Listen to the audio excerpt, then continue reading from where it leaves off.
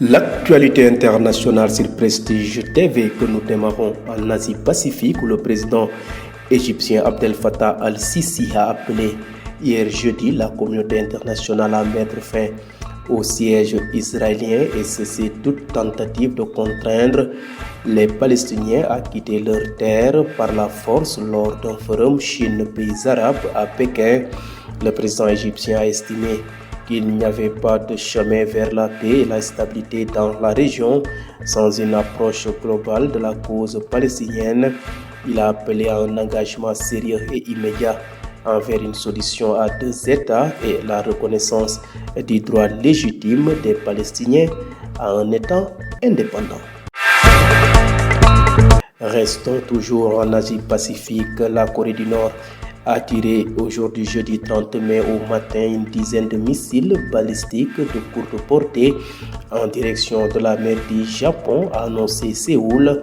L'état-major interarmé sud-coréen a indiqué avoir détecté le lancement de ce que l'on soupçonne être une dizaine de missiles balistiques de courte portée tirés vers les eaux à l'est de la péninsule coréenne.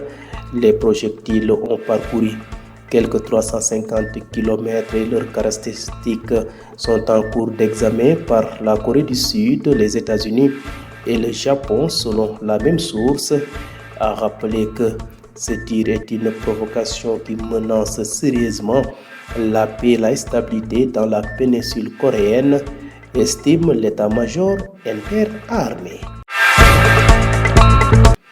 Bouclons ce rapide survol de l'actualité internationale par les intempéries des saisons. Depuis plusieurs mois, l'Afrique de l'Est est touchée par des événements climatiques extrêmes, avec dans certains pays des pluies abondantes qui ont créé d'importants dégâts. Dans d'autres, elle fait face à une sécheresse tout aussi destructrice. Le rôle du phénomène El Niño est pointé par de nombreux spécialistes pour expliquer cette violence de la nature amplifiée par le changement climatique d'origine humaine. Dans les différents pays touchés, ces événements créent de nouveaux défis et sollicitent la résilience des populations.